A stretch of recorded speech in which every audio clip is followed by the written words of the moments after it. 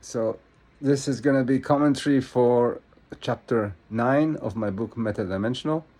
Uh, you can read this book on Kindle or listen to it as an audiobook for free on Google Play. And the chapter 9, is called The Physical. So what is physical? So physical is having material existence. Well, if you've been following the previous chapters, you'd understand that if you assume um, that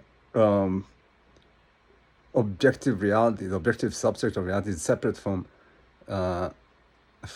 experience, completely independent, completely separate, and that's a necessity if you're going to reject solipsism. Then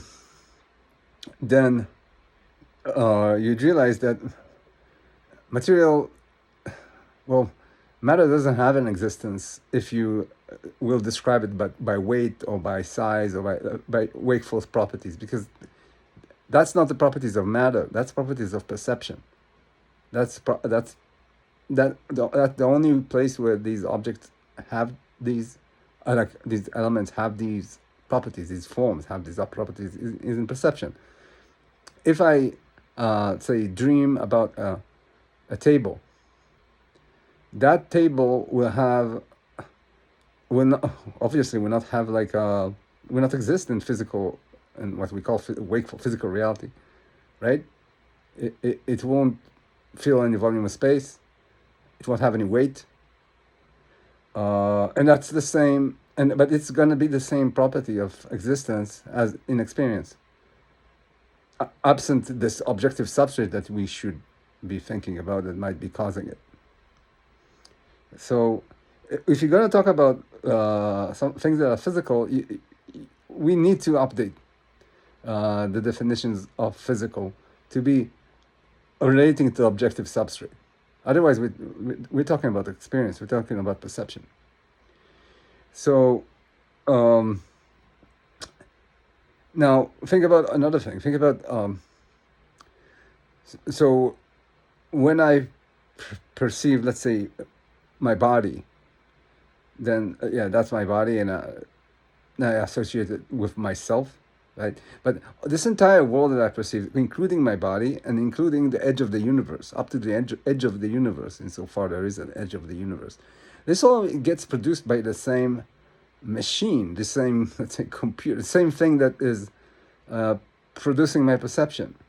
That the same thing that it produces all of it. And it's now, if you remember what I said about metatemporal evolution, about the fact that whenever we make a change, we change the computer, we change the thing that is producing this, the thing that we perceive.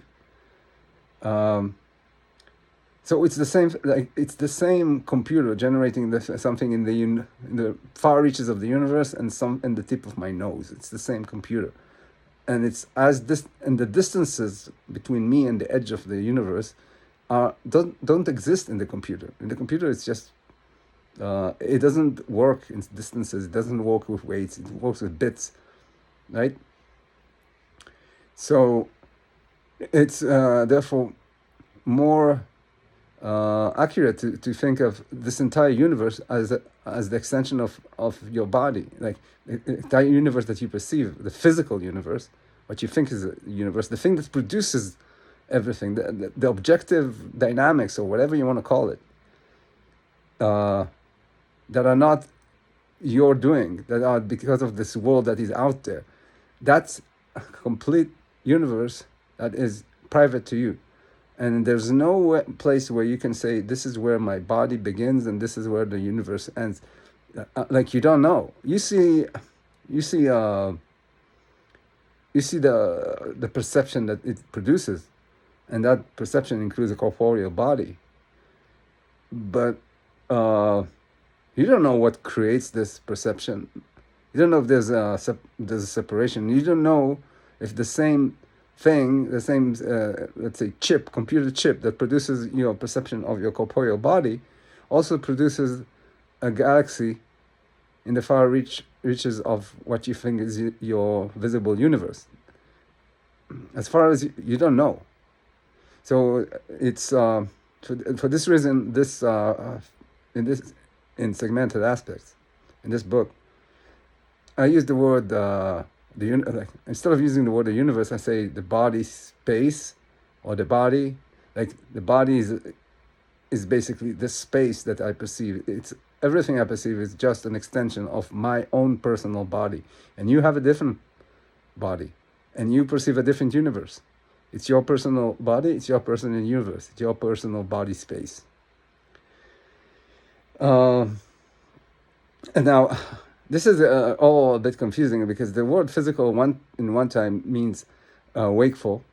That's how we used to call this, like a wakeful reality. We call physical, but we never intended the word physical to mean subjective impression. We meant it to mean what's really out there, right? The thing that's actually out there that is independent of our perception of it. That's what we meant. So if I were to invent another word, I would be doing, I would let, it would be wrong.